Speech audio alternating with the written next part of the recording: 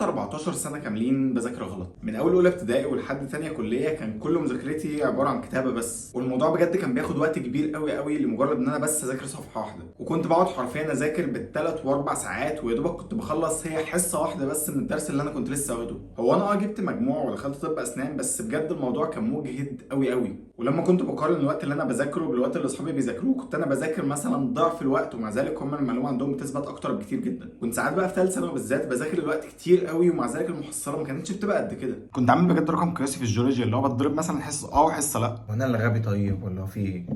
وبرضه لما دخلت الكليه كان اي حاجه قدامي اقعد اكتب اكتب اكتب، على امل ان هي دي الطريقه الوحيده اللي المعلومه ممكن تثبت بيها. لحد الاجازه اللي بعد سنه تانية كنت بسمع بودكاست لصلاح ابو المجد، ولقيته بيقول ان انت مثلا تقرا معلومه 10 مرات احسن بكتير قوي من انك تكتبها 3 او 4 مرات، وان اصلا الكتابه في حد ذاتها اسلوب اخراج مش ادخال. فقلت اجرب الموضوع ده في سنه ثالثه، فكنت بجيب الشابتر واقعد اقراه من اوله لاخره، وبعد ما اقراه كده اجي اسال نفسي في اي حاجه الاقي نفسي مش فاكر اي حاجه خالص. الطريقه دي غلط طيب ولا مش ماشيه معايا ولا هو في ايه؟ بس قلت بجد ان انا هبطل كتابه وهتشقلب كده بعيني ومش هذاكر الا بالنظر، وان انا اقرا مثلا بصوت عالي، ولحد ما توصلت اخيرا للطريقه الصح او الطريقه المناسبه ليا، وهي ان انا رقم واحد كده انا بجيب الشابتر بقراه من اوله لاخره، انا فاهم بقى مش فاهم بفوت كلام كتير قوي في النص. بعد ما قراته المره الاولانيه اسمع بقى الريكورد او اتفرج مثلا على المحاضره اللي مشروح فيها الشابتر ده، وبعد ما اخلص بقراه كمان مره، وفي المره دي بقى انا بترجم مثلا كلمه ماركر على الحاجات المهمه كده يعني. وما بتيجي بقى الفتره بتاعت الامتحانات انا بقرا نفس الكلام ده مرتين كمان، ولو في ام اس كيو مثلا نازل كنت بحل عليه، والمعلومات بقى اللي ما ثبتتش خالص او الكلمات المعقده مثلا ممكن اكتبها مره ولا حاجه. الموضوع بجد وفر معايا وقت بشكل يعني كبير جدا. واصلا حاجه مهمه اكتشفتها ان انا لما بقعد اصلا اكتر من ساعتين ان انا اذاكر بلاقي نفسي بسرح واتوه، وبجد مش شايف اي حاجه، فبقيت مثلا بذاكر لي بتاع ساعه ونص، بعد كده اخد بريك وممكن ارجع اذاكر تاني. وفي الاخر بجد كل واحد بيرتاح على طريقه معينه، فانت حاول تتعب شويه ان انت تلاقي طريقه تكون مريحه بالنسبه لك بحيث ان انت ترتاح قوي قدام. يعني في واحد على اليوتيوب انا متابعه بيقعد مثلا يذاكر في اليوم 4 ساعات متواصل من غير ما يقوم. حد تاني بيذاكر بالبومدورو تكنيك، ان هو بيذاكر نص ساعه ويريح 5 دقائق، يذاكر نص ساعه ويريح 5 دقائق. انت حاول بجد تجرب كل الطرق دي على نفسك بحيث انك تشوف ايه انسب حاجه ليك واللي هتريحك قدام كتير قوي قوي. وبس كده،